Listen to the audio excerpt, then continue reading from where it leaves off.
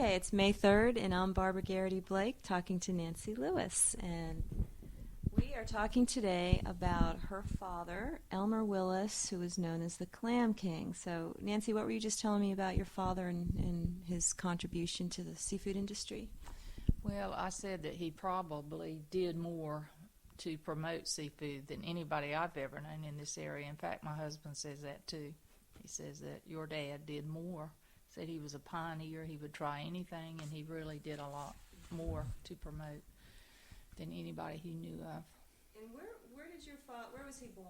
He was born in Williston in 1905, quit school in the 8th grade to help support his family.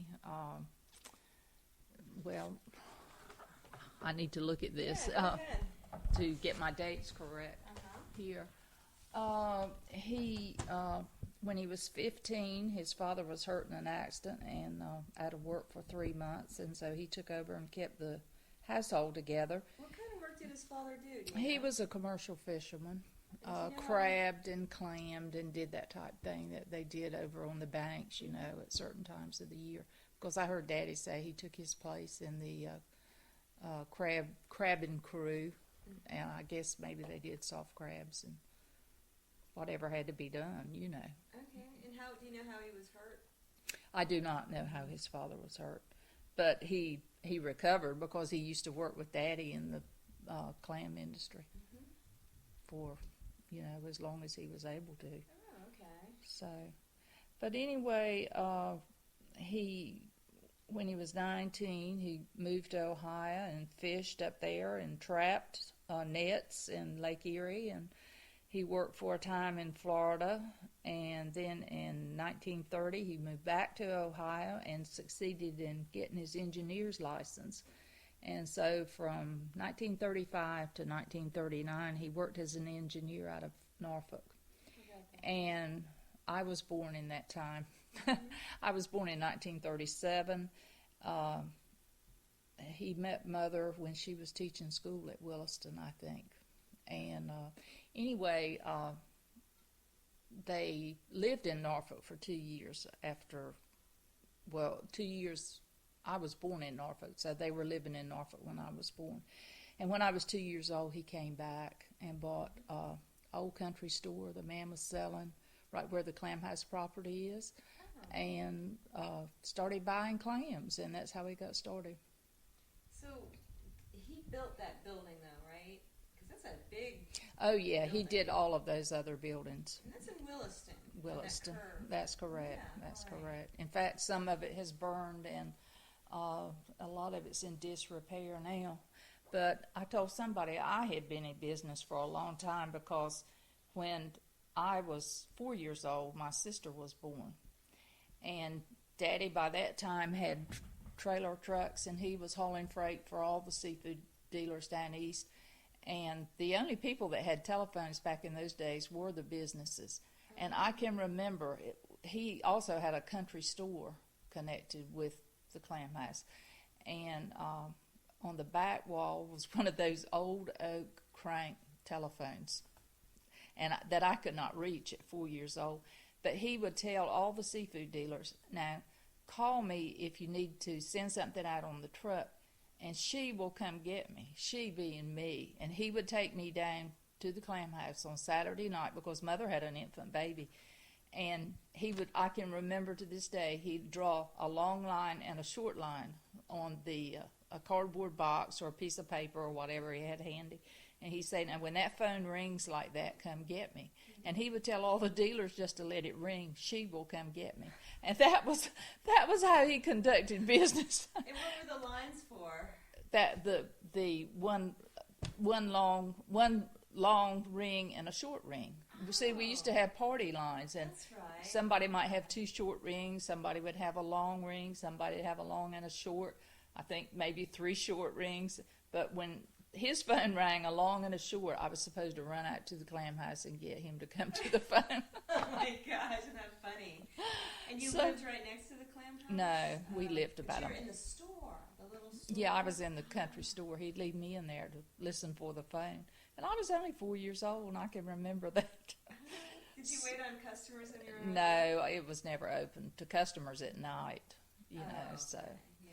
But never locked. I mean, anybody wanted, if any of the group working in the clam house wanted a pack of cigarettes or wanted a drink or anything, they just went in and got it, you know. It was sort of on the honor system. Right. So, And what was the name of the store?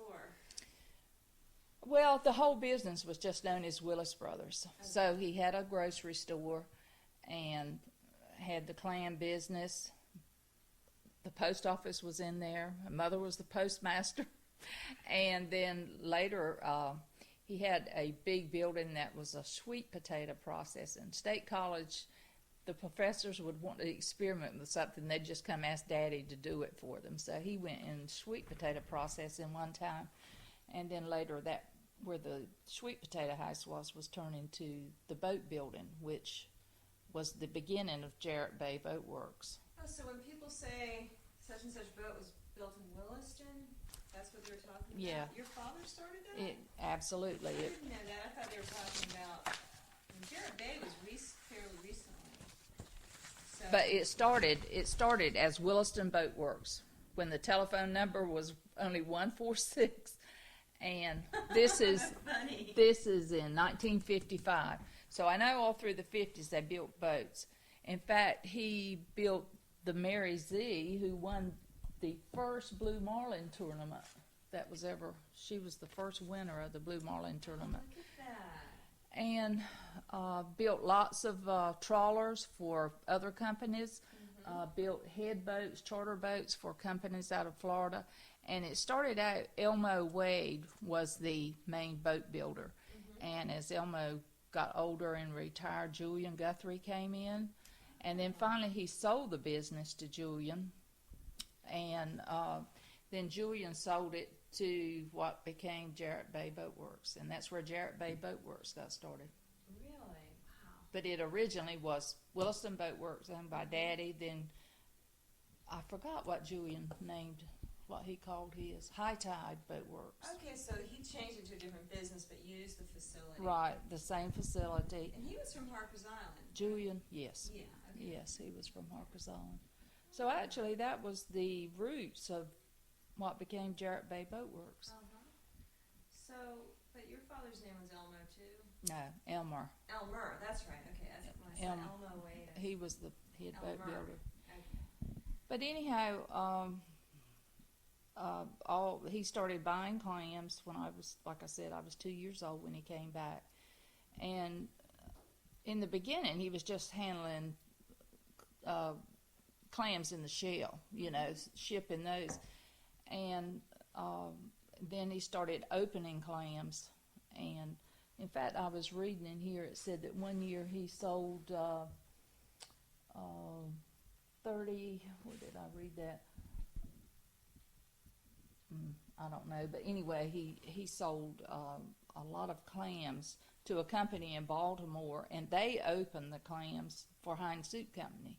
So then I guess Daddy thought, I'll deal directly with Heinz. So he started opening all these clams, and they started freezing them, and then he put in a steaming plant that would steam the clams until they opened their mouths, the shell.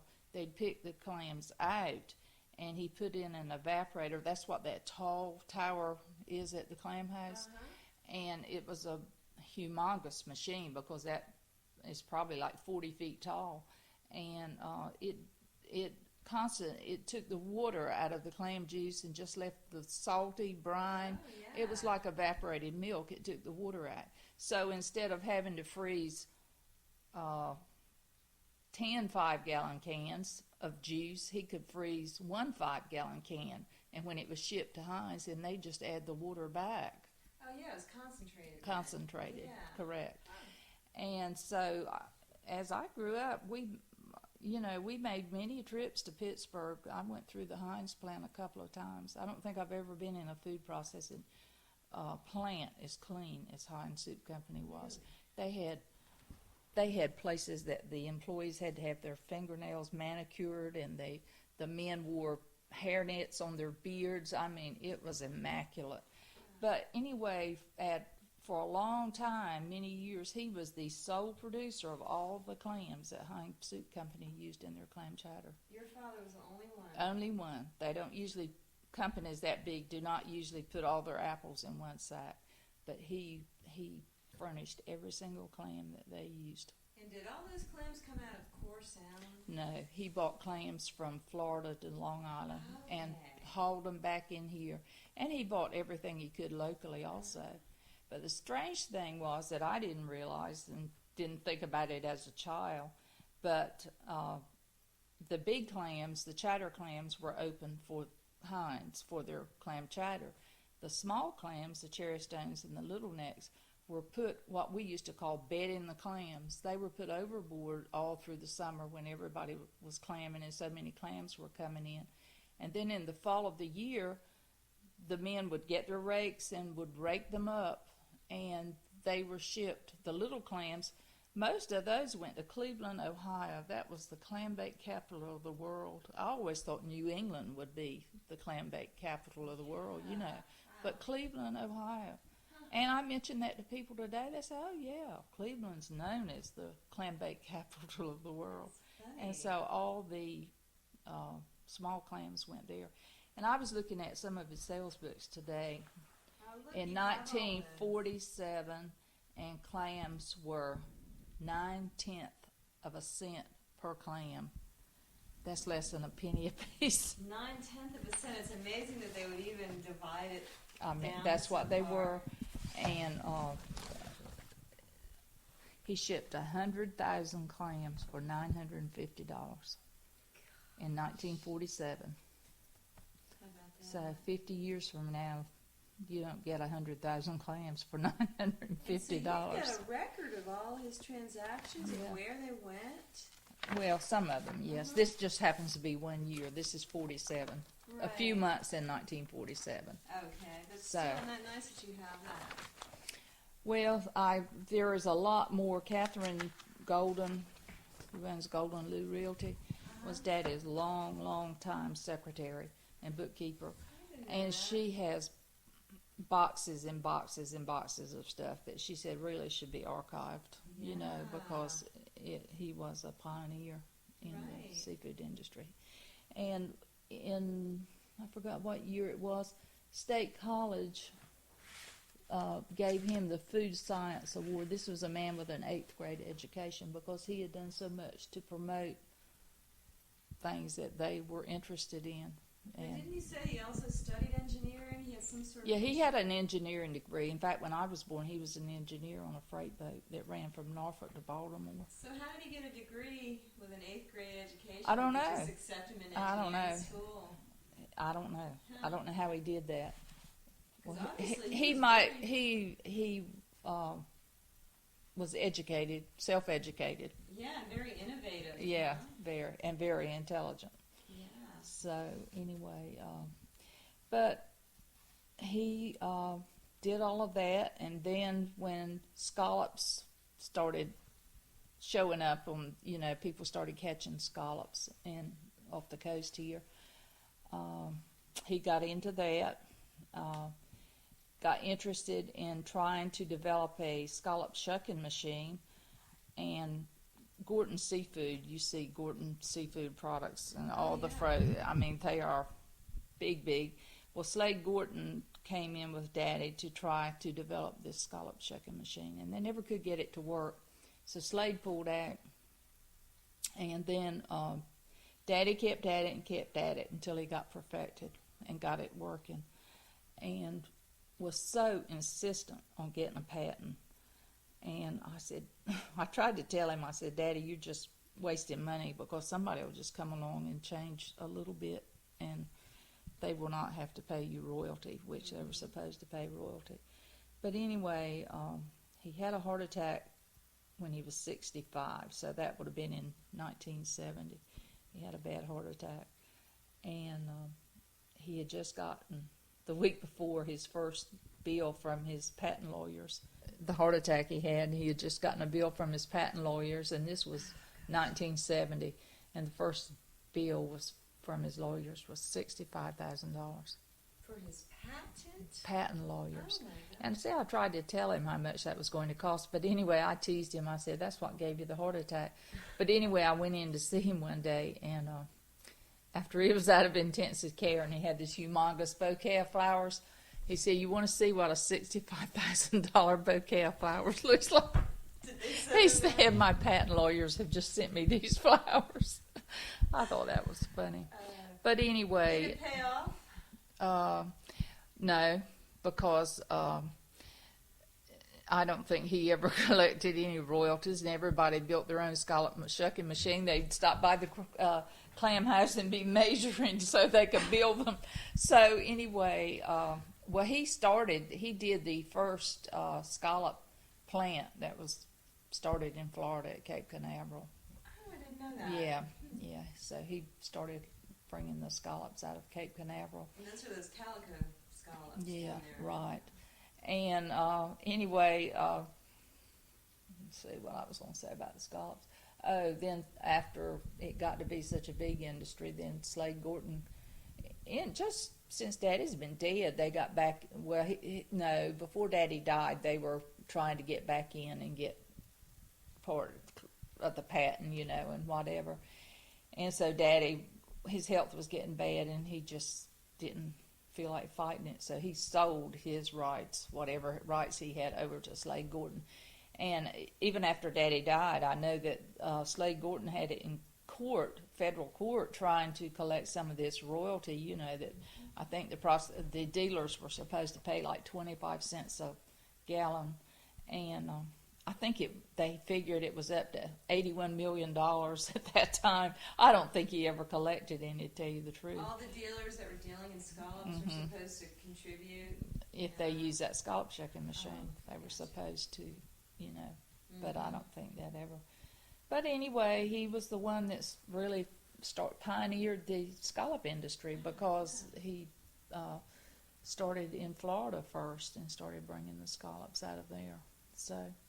And when I was a child, he owned a Menhaden fish boat, and he went captain one year up in Delaware. So he left he originally started the business, he and his brother together. And I don't know, so he left his brother running the Williston plant, and then Daddy went captain on that boat for one summer. But from then on, I think he hired captains. And what was the name of his Menhaden boat, do you remember? Tenderheart. I do remember, and there used to be, hundreds of those Menhaden fish boats that would fish out of Beaufort in the fall of the year. So I said he was a pioneer. He tried everything, whatever part of seafood looked interesting to him, he would try. Well, and just looking at his picture, he just looks like a entrepreneur, a mover and a shaker, He just, that era of, can-do American know-how. He just shines with that. He did, and also when I was in elementary school, Smyrna School did not have a lunchroom, and Mother was president of the PTA, and they kept trying to twist the arms of the County Board of Education and county commissioners. They kept putting them off, back putting a cafeteria in Smyrna School. So Daddy said, we'll build our own cafeteria. So he started doing these clam bakes for the school. He had actually started doing them for politicians and different things, before doing them right at the clam house. And in fact, I saw a ticket here for one of the clam bakes, and the admission was $1.75. And it was for the Smyrna PTA, but that one was held at the Clam House. But then they got so big, they'd be serving 800 and 1,000 people at those clam bakes. And they built the lunchroom. They actually put that lunchroom in Smyrna School with the clam bake proceeds. Okay, so that's how they built the lunchroom, by having these clam bakes. And was it the clam bakes with the bags and the chicken and the clams and the whole? Just like basically like we do them today, and of course Daddy was such a promoter, and his winning personality, that people would come from all over eastern North Carolina. And I remember talking to a couple from Newbern one time, and they said that my daddy had talked them into coming to this clam bake, and said when they got there and looked at that bag of clams and chicken and corn and potatoes, they thought, oh my gosh, what have we gotten ourselves into? And said they started eating. It was the most delicious meal they had ever had. So anyway, he built that. They built the PTA. Basically built that cafeteria, the first cafeteria that Smyrna ever had. They should call it the Elmer Willis cafeteria. I don't know, but Mother was a go-getter too.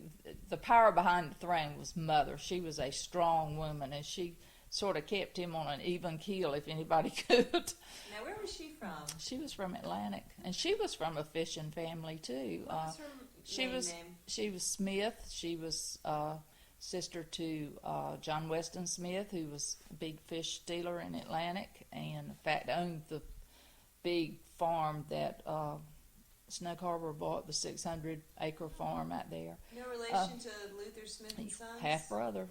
Okay. Yeah, half brother, sure. So her whole family were commercial fishermen, but her mother had been married, had 2 daughters, and her husband died with flu, and her father had been married, had 3 children. That was the Luther.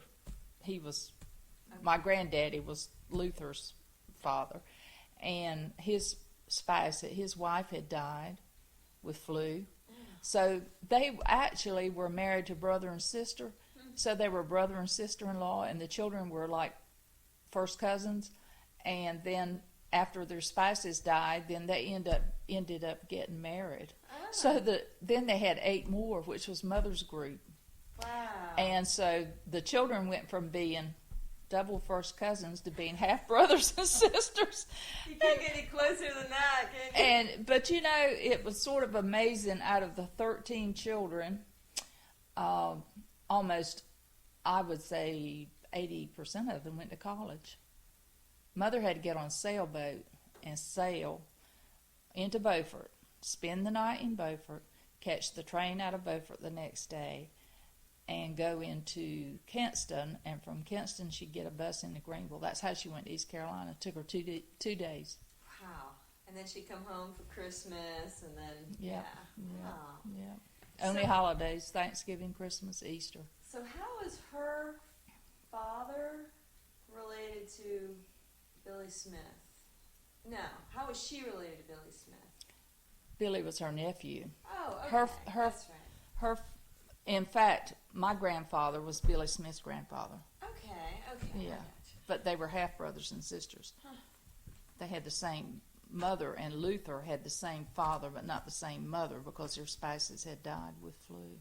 And was that in the 1919 epidemic? No, actually it was earlier because Mother was born in 1907, so it had to be prior to that. So there must have been a bad flu epidemic, at least locally, because I think a lot of people in the area died. I don't know exactly what year it was. Right. Huh. Yeah. How about that? But one of Mother's sisters went to Atlantic City, went in nurses training, and 2 or 3 of the sisters were teachers, and it's just amazing. Even the ones that ended up in seafood business came back. I know Uncle John went to college. So, you know, it's just amazing that they did that. Yeah. But, you know, Atlantic was known, they had more people per capita going to college from Atlantic at one time than any place in the country. Everybody just about went to college. And I wonder why that was. I don't know. They even had a teacher's training program there. But a lot of the Hamiltons, the judges and lawyers and people in the county were all from Atlantic. I mean, they really were. Oh, just a big emphasis there on education. Yeah, they did. They had a very big emphasis on education. Now, looking at that clam bake ticket, it says square dance. They did. They always had a square dance. Do you remember those square I dances? surely do. The early ones were held in the clam house, and I can remember they had I saw a picture someplace here. Somebody played a fiddle and probably guitar and I don't know what else. And then when they had it started having the clam bakes at Smyrna, they'd have them on the grounds, And they always had a square dance in the gym. Sure did. Did they? That went along with the clam bakes. And do you remember who the musicians were? I remember Roby Fulcher from Atlantic was one of the musicians, and I really don't remember the others. And I how sure about don't. the caller? Don't remember that. Local people, I think Robert Willis, who lived in Tusk, I think he did at times. I really don't know who called them. And whatever happened to all those little square dances? When did they start fading out? Oh, I don't know. I don't know. People went, I don't know, probably, I don't remember them in the high school, so I would have been in elementary school. Mm-hmm. So, anyway,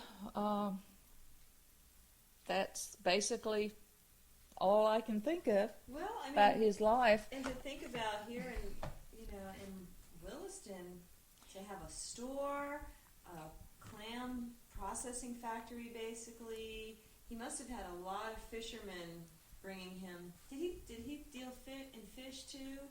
Yeah, he handled fish primarily, I think, for other seafood dealers. He might have bought them and resold them, but I can't remember. Well, he did have a trawler at one time too, named the Willis Brothers. I have a picture here of that. So what an economic contribution. Well, 90% of the people in Williston worked for him. They worked in that clam house. That was their livelihood. And I mean, it was like a big family. A lot of the men would work in that clam house all day long. They'd go home, eat dinner, and then they'd come back and sit on the store steps at night just to talk and have conversation. How about So that? it was very interesting. Excuse me. Sure. Here are some of the, there are the three musicians. I know that's Roby Fulcher, and I think this one was from Marshallburg. I cannot remember who they were though. But Daddy, he entertained governors, politicians. I have pictures of him in here taking Governor Luther Hodges on a duck hunting trip, feeding him clams, not oysters. And he was, he won the Food Science Award, and there's the duck hunting trip with Governor Hodges. And he was president of the Oyster Institute, and he served for many years on the board of directors to the shellfish industry. Oh, nice. So, So he Daddy would go to Washington for an Oyster Institute meeting. It was called Oyster Institute, but it was really shellfish. And pick up the phone, say, Sam Irwin, for instance, was senator then.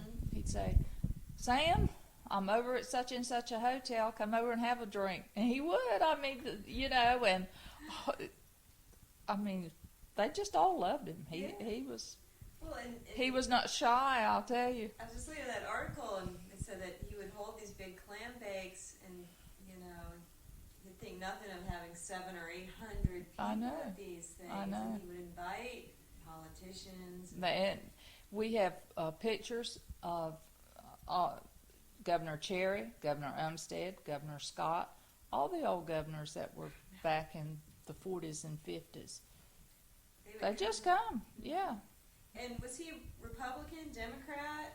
Democrat, Democrat. yeah. But he had connections on both Both sides. sides, He was a both smart sides. man. I'm not sure how I think he probably was registered as a Democrat, but I think he thought Republican a lot of the time too. So How my about mother was a Democrat. that? So anyway, but Williston is back in when I grew up was 95% Republican anyway. And everybody worked for your father. Yeah. So I guess they had to be a little bit Republican. I guess so. So. I had something else I was going to ask you about this. It says, this picture, it says, on the concrete clam cleaning shelf, Elmer's 3 C's are dumped with ice shrimp. What are the 3 C's? Chicken, clams, and corn that were in the clam bake. And that, Here it is. and it says that clam cleaning shelf, actually, that was a long concrete table height where they opened the clams when they shucked them. And those women had a rasp. They'd take that raw chowder clam and shuck it, and some of them would open 50 gallons a day or more of clams. Do you remember going into that clam house with all those women working? Oh, yeah. Yeah, I surely do. That was a good living for them, wasn't it? Yeah, it was. My husband said just this past week, he said, you know, the women, particularly, because we used to women crab pickers, but he said Williston women and men were the most loyal, dedicated employees he'd ever seen in any community down east. And they were dedicated employees. Didn't matter if they had to load trucks all Saturday night. If that's what it took, they did it. They were very, very loyal. How did he tell everybody to come? How did the word get out that it's time to come load a truck at night or something? Or well, I guess they knew that by the time the day was over. If they knew they had to go home, eat supper, and come back, I don't know. They just knew it. And do you remember while they were working, did y'all feed them lunch? Did you have a big dinner there? There was food? No. People would go home? They went home. Because I remember at your crab house, they brought their lunch, but they were from different communities. But in Williston, basically everybody was from Williston. Oh, okay. Yeah, so they So could just walk a home. few from Smyrna, but just about everybody I can think about was from Williston. What year did the clam house shut down? Well, Daddy died in 1977. It was sold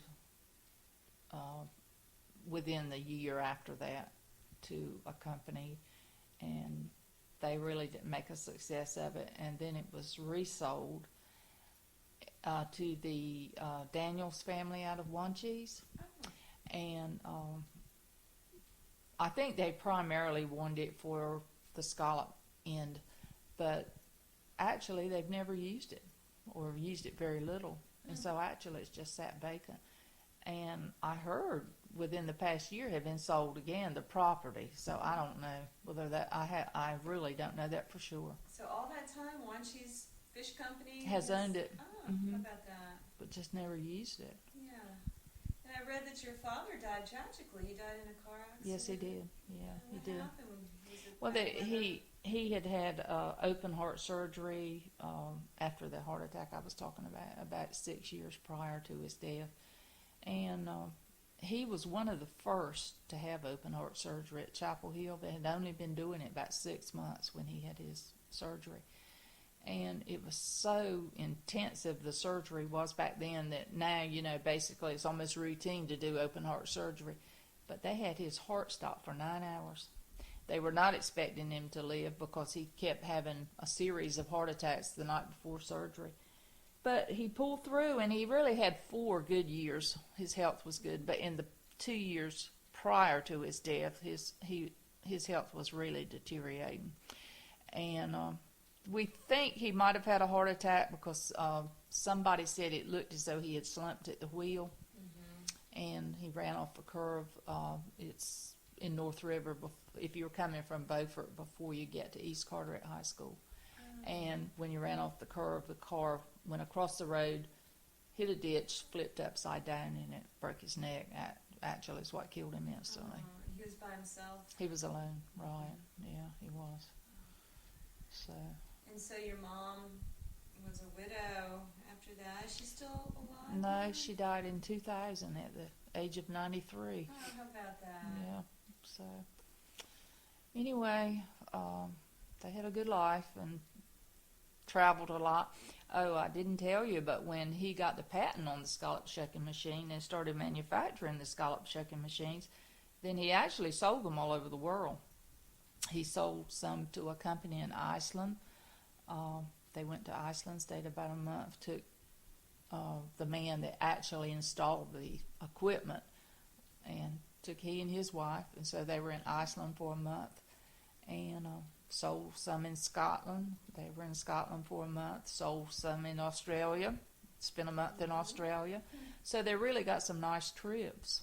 Oh, yeah. Selling the scallop shucking machines. That's great. Yeah. Did you get to go on any of those trips? No, I did not. My niece went on the trip. One of the trips they went to Australia, but So they. what was it like growing up to being the Clam King's daughter?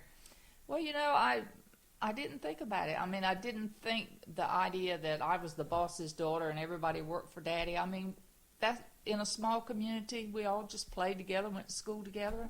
Just never crossed my mind that he was any different from anybody else's dad in a way. But did that make you the Clam Princess? No, my sister was the Clam Princess. I was just looking at a picture of, I can't remember what the occasion was in Beaufort, but anyway, it was a big parade and I saw her on a float, Willis Brothers, so. And she was the Clam Princess? She was the princess, right.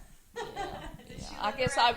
I was just a little bit older, so I do have a picture in there right after I was married, holding up a picture of a crab in front of his business. I think promoting the crab derbies because he was interested in promoting that too. Started that, and Who had crab derbies? they were started probably back in the 1960s, and racing the crabs just to promote the crabbing industry. And he would have them in his clam house? no, I don't think they ever. Most of the time they were in Moorhead or Atlantic Beach. I think one year they were at Harkers Island. But then the seafood festival people got in and started doing the crab race, and everybody that's in late years that gets in it advertises it as the first crab race, and they have been crab races back for 40 years, I know. Right. But anyway, no, I was probably not the Clam Princess. Yeah. Does your sister live here now? She lives in Beaufort. Okay. Yeah, she does. Nice. Yeah, When he had that Menhaden boat, the Tenderheart, Tenderheart. yeah, did he have a crew? Oh yeah. Do you yeah. remember that? Do you ever remember hearing those Menhaden shanties I'm singing out there? I Was that don't. Before your time. No, it was not before my time because I was probably 7 or 8, 9 years, 10 maybe. And I know we spent a lot of time up in Lewis, Delaware one summer when he was captain on the boat. He had crewed the black cruise out of Beaufort just like all the Menhaden boats did. I just remember the cook. He used to give me cookies. I don't remember him being Chinaman or anything, but it was the typical Menhaden fish boat crew. Yeah. Did he sell the Menhaden to the factories here too, or did he always go Delaware? I was young enough that I don't remember. I know he sold to a company in Delaware, but when he was here locally, when the boat was here, I really don't know. Yeah. I don't remember. When you're a child, things are not that important to you. You just know that's what your daddy's doing. You don't really think about the details. And then I'm thinking about little nitpicky questions I had. When he was buying clams, do you know how many fishermen would sell to him? Or, was he buying mostly local or just a little bit local compared to all the clams? No, he bought a lot locally, and he bought a lot from other dealers because I noticed in his book there he had some from Luther Smith and Copeland, whose daughter-in-law now owns Copeland Realty. Mr. Copeland, Benny Copeland, bought clams, and a lot of the Oliver Davis and all the fish houses would sell their clams. Sneed's Ferry, and he would bring clams from Long Island to Florida into Williston to process them. So this was quite a trucking route Oh going yeah, by here. yeah. I've heard mothers say that clams will start dwindling down, and Daddy was not getting as many as he thought he should be getting. He'd hop in the car and he'd go to Florida and he'd go to Long Island, and the next week the clams would just be coming in. He just had that winning personality that people liked to deal with him. And I've heard he really had sympathy for I don't know how to say this, not poor people, but commercial fishermen and whatever. And even my husband now, James Paul Lewis, will tell you that he paid top dollar. He was honest with the fishermen. he always gave them a little more than everybody else, and that was just the way he was. Now, is that how you met James Paul? Was he selling to your father? No, he was not selling. Yeah. No. There's James Paul. Okay, Nancy, so was there anything else about your father, the Clam King of North Carolina? Well, I am firmly convinced, after watching Daddy in business all those years and nobody making a success of the clam house after he died, that I'm like my husband. He says that a man's business is in his head, not in the building, but in his head. And Daddy absolutely, obviously knew what he was doing to do all that he did. That's right. Because I think about, how hard it is for me in business now and the things that I have to do. And I wonder how he could diversify and be so spread around as he was and do as much as he did. So. With your mother's help? Yeah, right. Yeah, she helped him. He didn't think so sometimes. But she did, because she was postmaster for 14 years, I think, and of course she taught school when they first got married. And I think when they first got married, she said that school teachers were not supposed to be married, and when they got married, or they were going to get married, with the idea that she was going to stop teaching, I think, because you could not be married and teach at that time. And just about that time, he whatever job he was doing at that time, he lost his job, maybe when he was engineer one of the boats, until he got on another boat. And so she said that they kept their marriage a secret for almost a year so she could keep on teaching. Oh. Yeah. Why did they want teachers to be married? I don't know. You were supposed to be, that's probably the reason there were so many old maid school teachers. You were not supposed to teach if you were married back in that day, which was strange. Yeah.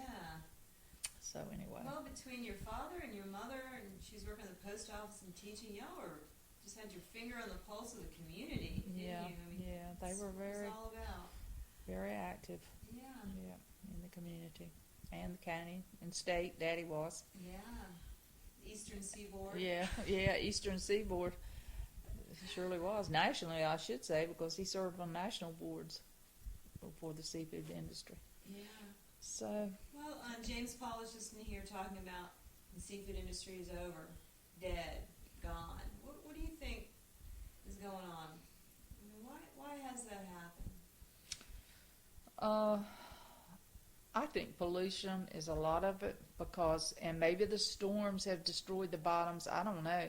But even out behind our house, I really hadn't been out we used to swim behind the house here, and I really hadn't been out there to do that in 4, 5, 10 years, I reckon, since the children were young. And last year, one of the grandchildren wanted to walk around the shoreline, and James Paul walked with him. When he came back, he said, "You just got to go out there and walk around and see." He said everything is coated with about 2 inches of this real black, gooey mud. The clams are coming up, opening their mouths, dying. The oysters, and we used to catch clams and oysters, and when we were out swimming, and break them right open and eat them out there. And I was shocked. You would get stuck in the mud just trying to walk around the shore. It was so different from how it used to be. So I really don't know what the answer is. Yeah. Overfishing is some of it. Yeah. I know that years and years, a lot of these boats would trawl out here and they'd catch thousands and thousands of boxes of small fish and pack them for bait. Right. And you can't have big fish if you catch all the little ones. Yeah. Yep. So I really don't know what, but I know it's sad. Yeah. It is really sad. We wanted fish for dinner last night. Our little granddaughter said, "I want some fish." And we could not find fresh fish. Really? And I had some in the freezer I took out. But we couldn't, just locally, we could not find a fish of any kind fresh. Gosh. I never thought the day would ever come you couldn't go to a fish house and get fish. Where do you usually go for fish? Well, back when we had our own trawlers, of course, we had access to all kinds of fish. But we ran down to James Styron's. Yeah. And no fish. No fish. There's not too many fishermen right now. No, no. So, anyway. Hope it turns around. I Of hope course- kids today can have opportunities like your father. Yeah. Yeah. And of course, with the imports and the high price of fuel, it's just hard to compete. You cannot pay $3 a gallon for fuel, and shrimp are cheaper than they were 15 and 20 years ago. That's right. That does not work. I know when we were in the crab picking industry, we were paying, and we stopped picking in 1998, we were paying our labor $2 a pound to pick crab meat. Claw meat, for instance, the claws.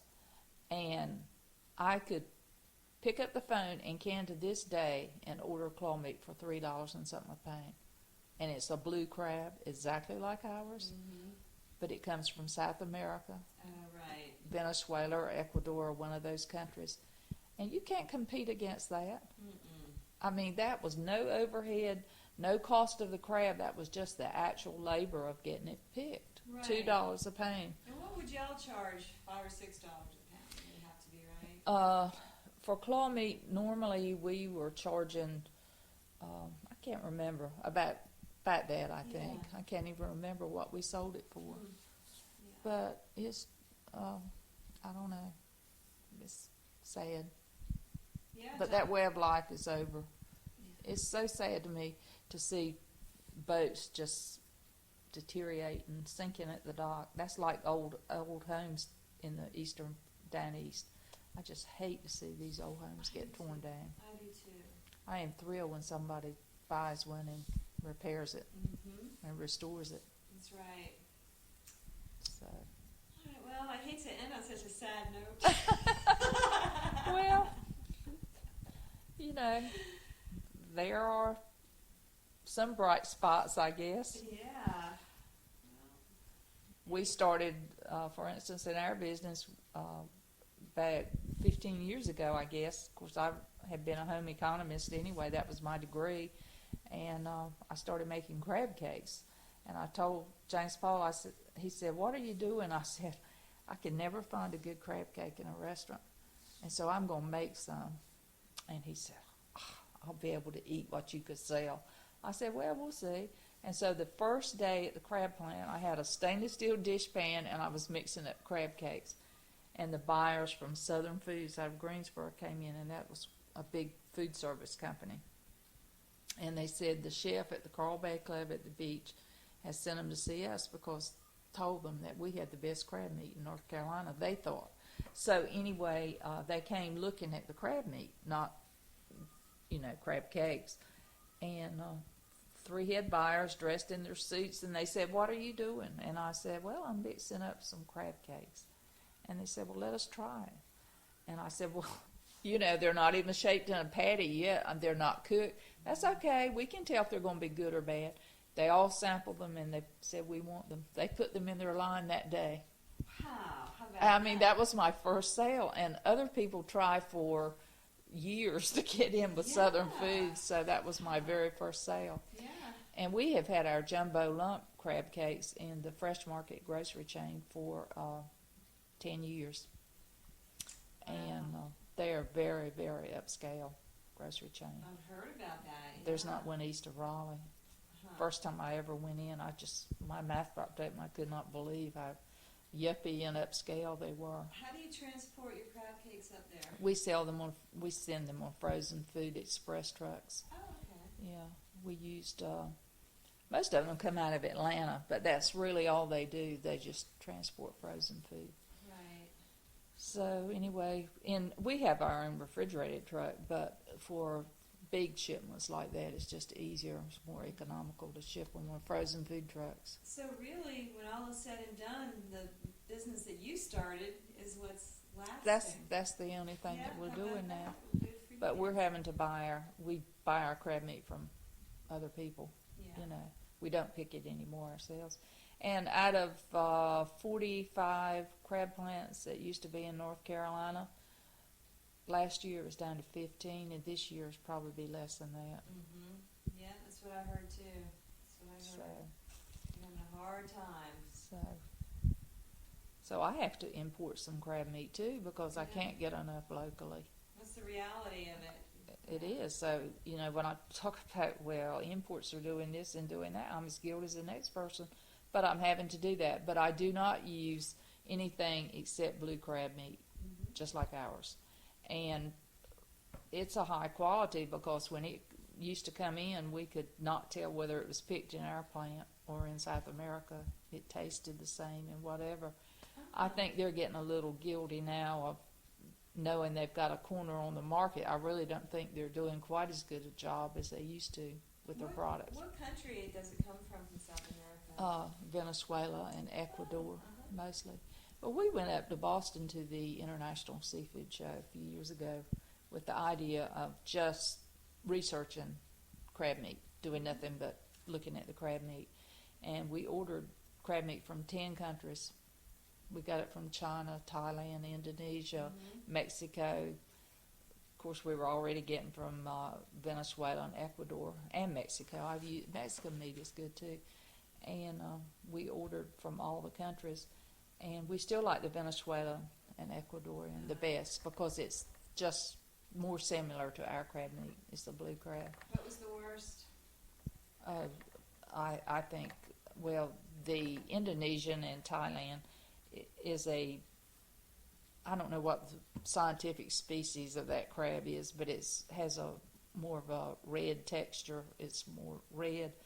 And Chinese meat is like eating a cotton ball to me. It has no taste. I think they have washed it to death. Beautiful big chunks of jumbo lump, Right. but has absolutely no flavor. The last I ever ate did not. So, anyway, we still stuck with the countries that we were using. We found out we still like those the best. But when processors, dealers will call me and try to get me to buy crab meat, these importers, I said, no, I only use blue crab. And they'll say, well, this is a swimming crab. I said, well, I think all crabs swim, but it's not the species that I'm using. So I have stuck to using nothing but the blue crab. And in our crab cakes, we use, they're 80% crab meat, and everything that goes in the crab cake is freshly ground that day. We do what little bit of breadcrumbs we use, we do our own. We grind our own onions. There's no preservatives, nothing dehydrated or anything like that. Everything is fresh. I've bought your crab cakes at the GNR, and So, they're delicious. Those are the claw crab cakes. Now we also do a lump crab cake, and we do the jumbo lump crab cakes. Now, do you think this business will get passed down to the next generation? Well, my daughter is handling it right now. That's sort of up to her. We're back to age 8. Right. So, Well, y'all have made quite a fine mark so, in the seafood industry. well, like I said, when you start answering the old oak telephone at 4 years old, and except for 10 years, I did teach school for 10 years. I have been involved in it, and I was still involved even when I was teaching. But I mean, I was, I had a different paid job at that time. Yeah. So Right. anyway, All right, well, thank you, Nancy. I appreciate your time you're today. welcome. You're welcome.